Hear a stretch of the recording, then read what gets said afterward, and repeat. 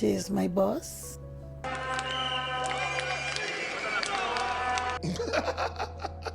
Yeah, I have no friends. Nay, I'm shy. Is it because I forgot they were vegetarian? Lo que me da para comer.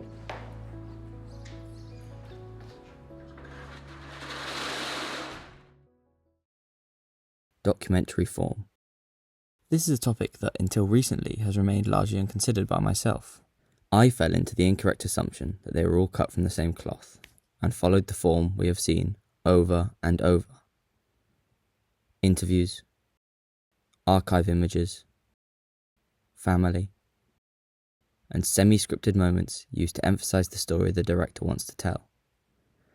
Experimental documentaries play with this form, using other creative methods to tell the story most truthfully.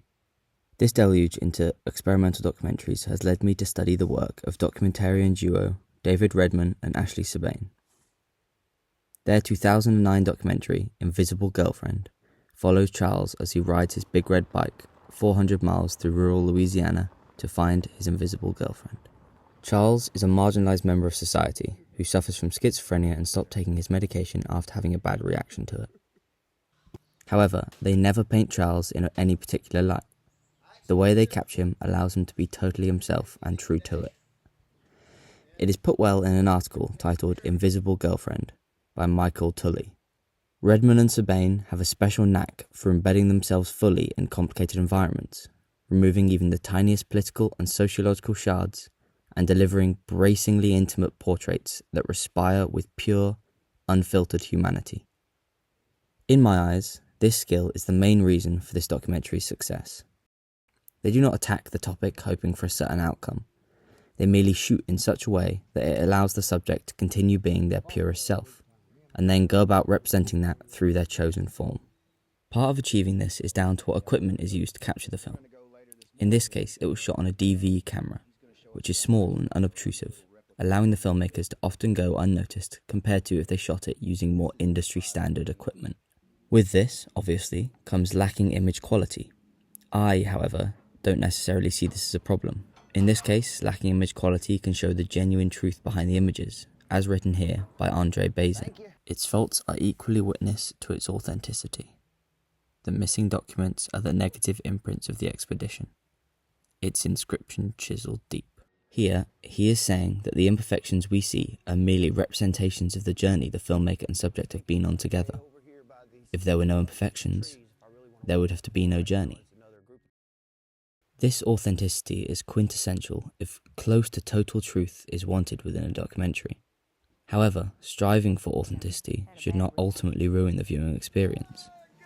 In the case of The Invisible Girlfriend, the audio tells the story throughout, which is especially noticeable when the visual components are imperfect. This is present here, when we hear what Charles is doing but can barely see it.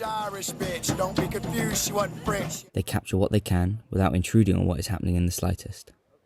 One of the strengths of using audio in such a way is that it forces the audience to engage with the story and picture what is happening, putting them in the position of the subject. It's always reality. Whose reality is it though? The Invisible Girlfriend has an almost dreamlike feel in places while still maintaining the form of home video. What this does is represent Charles within the form of the documentary, allowing the audience to be fully enveloped in his character. This can only be achieved if the filmmakers deeply understand the person they are filming on a human level. And this is one of the reasons Sabins and Redmond are such masters of their craft. Their documentaries always maintain a truly authentic feel throughout.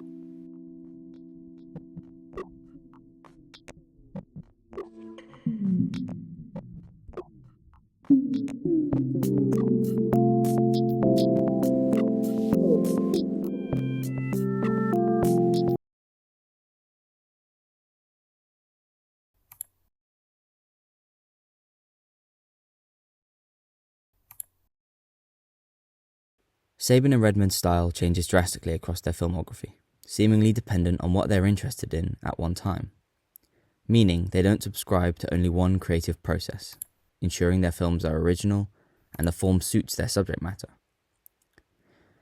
Night Labour is a direct representation of this, as they chose to experiment with a new form, observational documentary. In an interview, Sabins spoke about this form.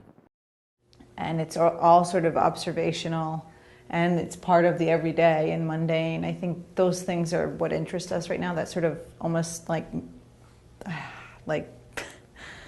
uber observation, like just sitting yourself and watching someone cut something for, hours and hours, and then you take maybe parts of that.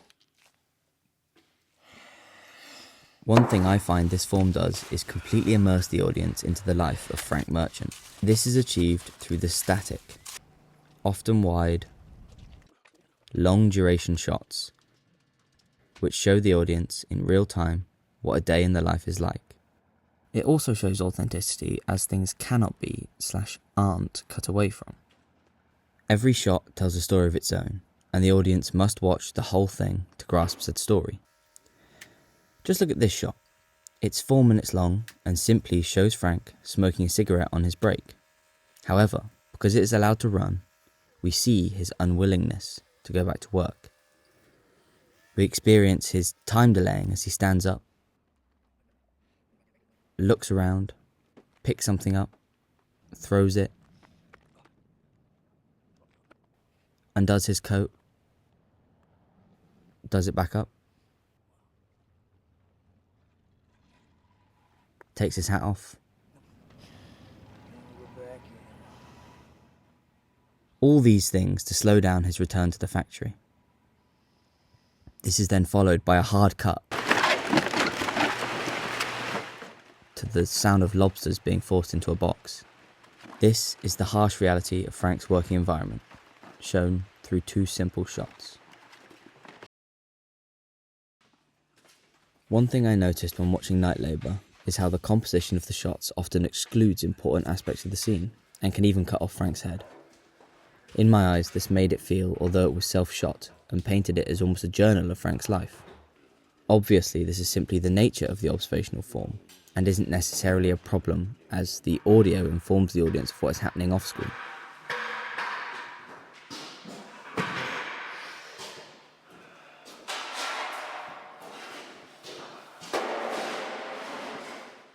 Therefore, once again, encouraging the audience to immerse themselves into the story, as they have to imagine what might be happening. It also shows the director's willingness to accept the fact that this documentary will be imperfect, as it is telling a real story about a real man, and real life is never perfect. I didn't see that forklift friggin' thing. Another day in paradise, all right.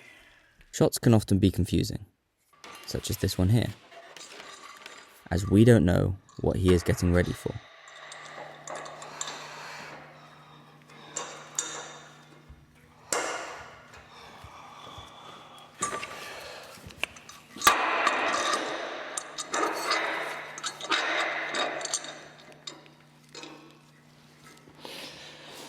But as the story goes on, it will slowly be revealed what they are used for.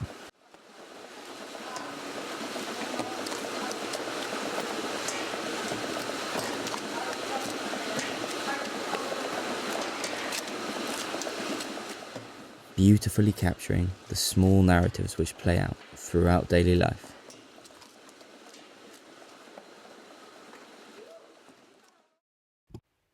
Observational documentaries like this represent the mundane nature of real life, stripping the viewing experience back to its purest form.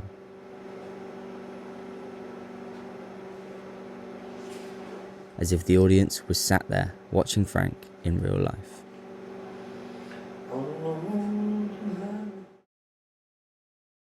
This form of documentary slows down the viewer, forcing them to view and experience the world as Frank does, representing Frank's slow, methodical character, much as the frantic, dreamlike form of Invisible Girlfriend represented Charles's character. Here we see how form can not only be used to tell authentic stories, but can also be used to represent the nature of the person whose story it is we are watching. Overall, I think the freedom experimental documentary form gives the creators allows them to fully embed themselves into the lives of the characters so they can capture the most authentic, real version of them. Whether that be through the run and gun, simple DV camera and Invisible Girlfriend, Gingerbread Man and had a Tin Man, Mildrew, whatever her name is. or the static, observing frame of night labour.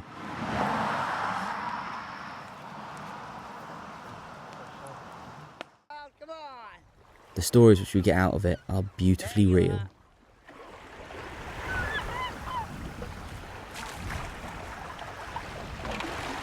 And are without the stain of a director who has a motive they want to showcase.